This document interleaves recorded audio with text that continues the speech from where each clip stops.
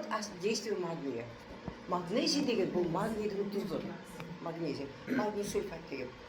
Сондықтан мына магний қазір аптекада өте көп. Магний B6 премиум қосылған, магний тағы бір нәрсесі қосылған, үшін несколько разновидностей магнийдің өзі. Почему қазір неде здравоохранение магний көп көңіл бөліп жатқан? Потому что особенно бізде Қазақстанда адамдар неден қайтыс болып жатыр?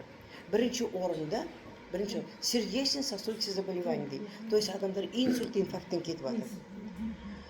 Буквально где-то уже даже қазір неке ана НТ тапсырып жатқанда оқушы. Буквально где-то неше келді? 14-15 келген бала инфаркттен қайтыс болды. Прям НТ-ның үстінде. Экзамен тапсырып отқан. Көрдіңдер ме? Значит, екінші орында қазір бізде сахарный диабет алып отыр, үшінші орында бізде онкология алып отыр. Біздің Қазақстанның статистикасы сондай болып отыр.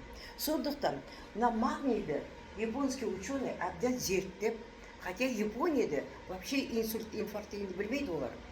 Олар біз соп етті өкіртіп жемейді олар. Олар жесе морепродукты жейді. Оның ішінде как раз таки он более полезный, чем біздің ана етке қарағанда. Сөйтіп ана японский ученый магнийді зерттеп, магнийдің действиесін білдік, тағы да қосымша водород қосады ғой. Водород деген неме? Водород деген бұл газ, галоген. Ол негізінде былай бүйтіп в свободном виде водород не дамайды, ұшып кетеді ол кәдімгі газ болғасын. А самое главное, ол водород антиоксидант деп аталады. Антиоксидант деген не сөз ол? То есть любой клетканың ішіне кіріп кетеді, соның ішіне любой кірді, шлак болсын, бәрін шығарып, жаңа клетканы тазалайтын антиоксидант деп отыр. Ал енді природада антиоксидант өте көп. Неше түрлі? Водородтан басқа. Но почему кісі именно водородты алып отыр? Потому что, қарады, водородтың молекуласы бүкіл система Менделеевның ең кішкентай молекула. Егер қазір үйге келіп, ана химия кітапты ашып көрсеңіздер, водород бірінші орында тұрды, таблица Менделеевада. Сонда, значит, бұл водородты кішкентай молекуласы любой тесіктен, любой барьерден спокойно өте береді. Бұл водородтың өзі даже металдан да өтіп кетеді спокойно. Ол даже стеклодан да өтіп кетеді водород. Көрдіңіз бе, какое-нибудь действие. Сонда осы препаратты водородты қосады. Японец 2 жыл осы водородты зерттеп, сөйтіп магний қосты. Осы препаратты шығарған үшін 2014 жылы, 2007 жылы японский ученый Нобелевский премия алды. Осы препарат үшін. Нобелевский премия. Ал енді Японияда сетевой маркетинг строго запрещено. Ол жақта вообще жұмыс істеуге болмайды сетевой маркетинг. Почему? Потому что олар осы өнімдерді барлық аптекада, магазинде, олар как нан ретінде, как сүт, как ет ретінде сатып алып, алдын ала ауырмау үшін осы препаратты алып жүреді. Аяғым ауыру үшін анан алады, жүрегім ауыру үшін анан алады деп, сөйтіп практически японский ученыйлар, адамдар, олар бүкіл жер жүзіндегі, әлемдегі адамдарға қарағанда олардың интеллектісі, денсаулығы да өте күшті. Өтесін.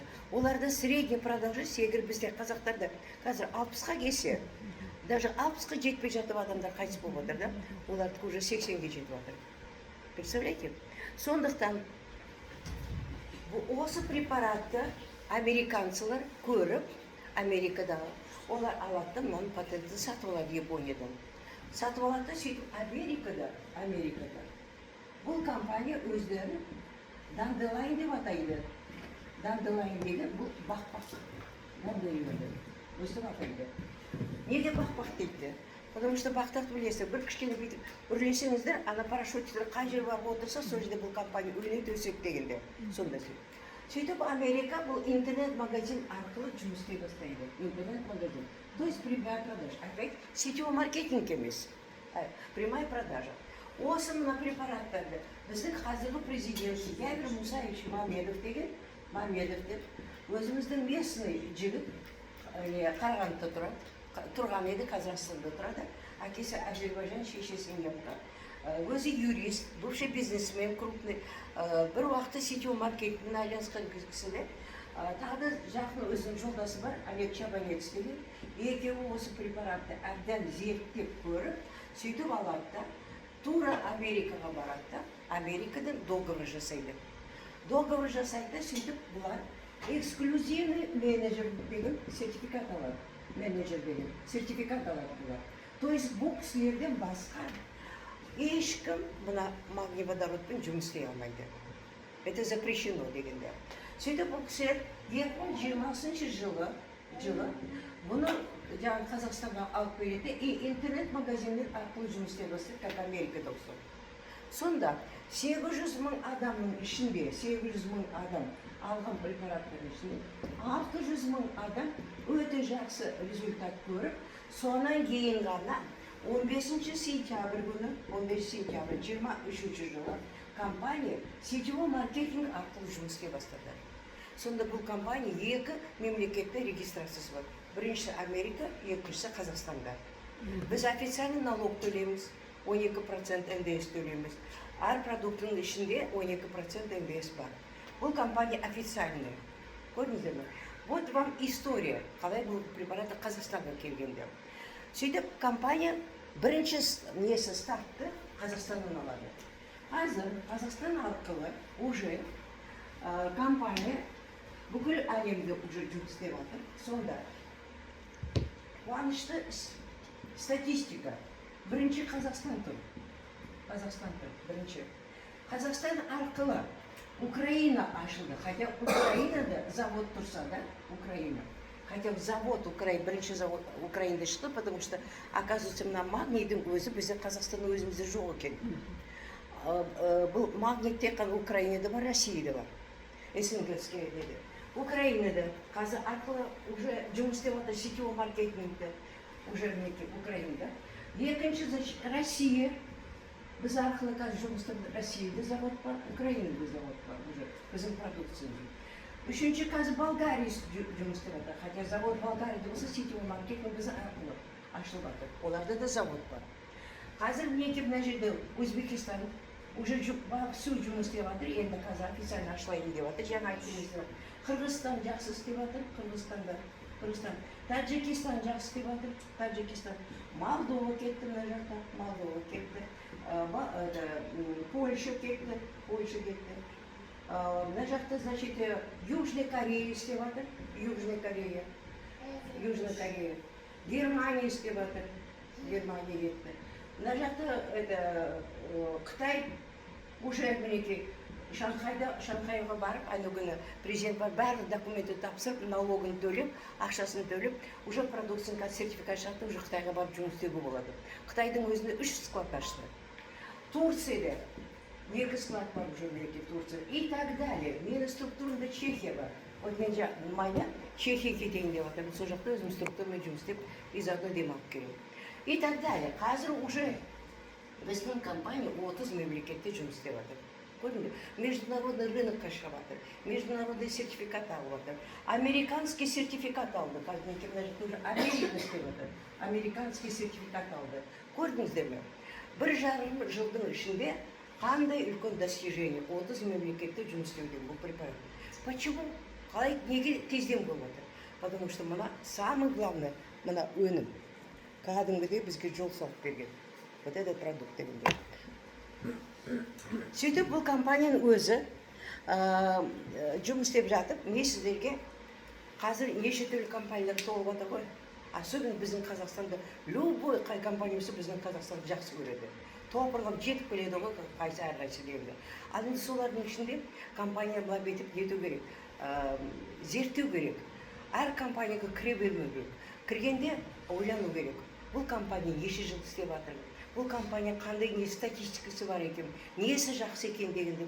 Почему именно осы компанияда біз істеп жатырмыз дегенде, мен сіздерге специально кеше отырып, мінекей бір талай мені жазып алып келдім. Преимущество осы компанияның. Несі жақсы?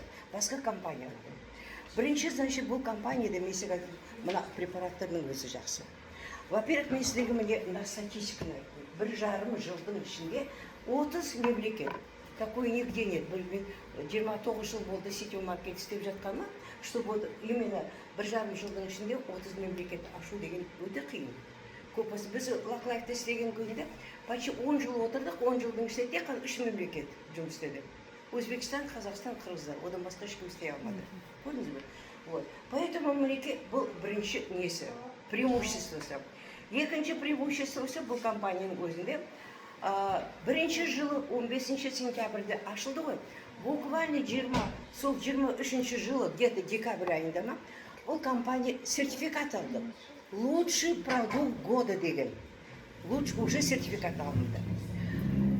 24 жылы где-то январь айында лучший бизнес года деген алған. Көрдіңіз, 2 сертификаты бар. Содан кейін уже күзге таман лучший налогоплательщик деп, сонда тағы бір сертификат алды.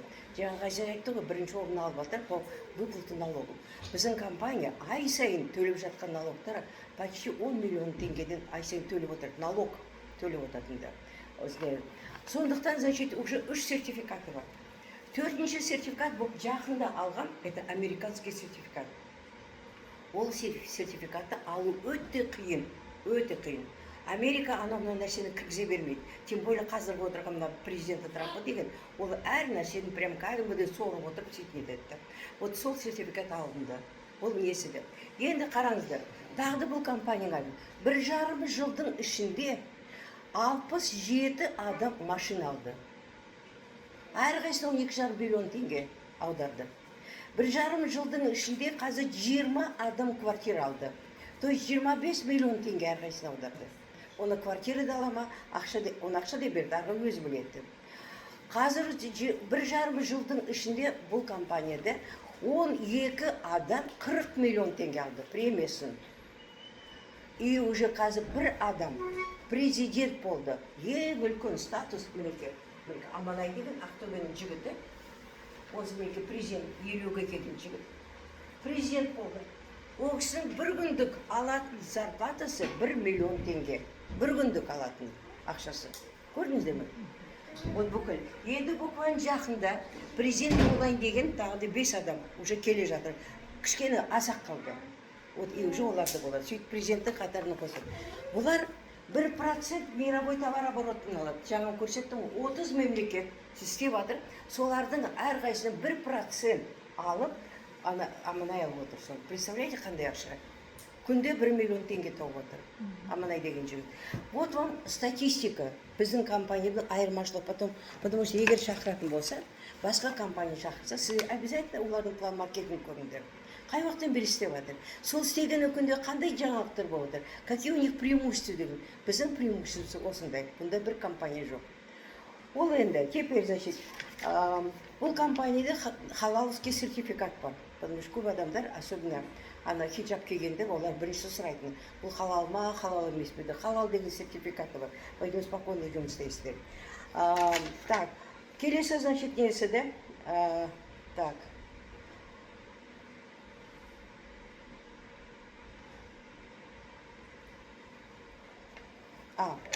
Жаңағы подаркаға, мына беретін подаркаларға, мынаған, жаңағы несі, айфоны бар, автомобиль, квартирасы бар да, 1,5 жылдың ішінде 6 миллиард 205 мың теңге бөлген компания. Представляете, қандай? 6 миллиард ақша бөлген подаркаларға, тек қана неткен. Енді, значит, қазіргісі, так бір мынаны айттым. Потом көп компанияларда ақша зарплаталарын олар внутренний ақшамен шығарады. То есть наличка жоқ оларда. Ал енді бізде, так как компания официальная, бәріміз ИП ашып алғанбыз, индивидуальный предпринимательство, то есть біз налог төлейміз. Сөйтіп, значит, біз зарплатаны бір айда 2 рет шығарамыз. Зарплатны. Уже налог төлеп шығарамыз, да? Поэтому ешкім бізге еш нәрсе дей алмайды, потому что біз специально налог төлеп отырмыз государствоға да. Қосымша, значит, так, мына магний водородқа бүкіл жер жүзінде аналог жоқ. Именно вот этому препарату. Поэтому мына препараттың өзі жаңа Нобелевскую премияны не зря берген осы препаратқа. Значит, неде, так, барлық продукттың несі, бұлар қалай жұмыс істейді? На клеточном уровне жұмыс істейді. Поэтому результаттар тез болып жатыр, да, мыналардың. Қазір мен сіздерге көрсетемін. Особенно на магний водород. Бұның айырмашылығы қандай басқа магний? Қазір любой компанияда. Вот буквально жақында 2 турецкий компания келді. Екеуінде де магний бар екен. Мен ну-ка покажи, раскладкасын көрсетсем. Оларда біреуінде Сом деген бір компания келді, турецкий. Оның ішінде магний бар екен. Магний малат, магний сульфат, тағы бір багды, тағы бірнеше магний. В общем, бір 4-5 магнийді қосқан. Магнийдің тұзын қосқан. Я говорю, ну и что дедім? Көрдім, тәтті, как бы она кішкентай тюбиктегі. Но главное то, что я тебе скажу, главное, у тебя нету в твоем продукте, қане жоқ дедім, у тебя водорода нет дедім. магний бар шығар енді, ал водорода нет. Ал енді ол водород не үшін керек дейді? Я говорю, магнийді сен қанша 1 тонна магний ішсең де, ол тез сіңбейді, ол тез результат бермейді. Тек қана благодаря мына водородқа, ана буквально магнийді өзіне жабыстырып алды, клетканың ішінде результат беретін. Это водород. А сенде ондай нәрсе жоқ деп. Вот. Біріншіден сенде Нобелевский премия жоқ, а бізде бар деп сөйтіп екеуміз неткенбіз. Ал енді любой из этих препаратов мыналардың өздері заменяет. Қазір мен сізге мына продуктын айтамын. Артрилайн деген бізде препарат бұл травматолога заменяет. Хепилайн деген препарат невропатолога заменяет. Допустим, ана гепалайн деген гепатологты заменять ететін врачтар деген. Бьютилайн деген косметологтар заменять ететін. В общем, сонда бізде кәдімгі деп можно полностью специализированный врачтардың орнына мына препараттармен жұмыс істеуге болатын деп. Енді сіздерге енді более подробно мен сіздерге айтайын. Магний водород туралы. Значит, магний водород мына препараттың өзі ең бірінші бізге келген. Біз почти жарты жылдай тек қана осы препараттың жұмыс істегенбіз. Жарты жылдай. Мен өзім осы препаратты ішер кезінде өзімде де проблема болған денсаулықпен де. Во-первых, қайта-қайта аяғымда судорога ұстап, менде ревматоидная миалгия, то есть бұлшық еттің ревматизмі. Соответственно, конечно, қайта-қайта судорога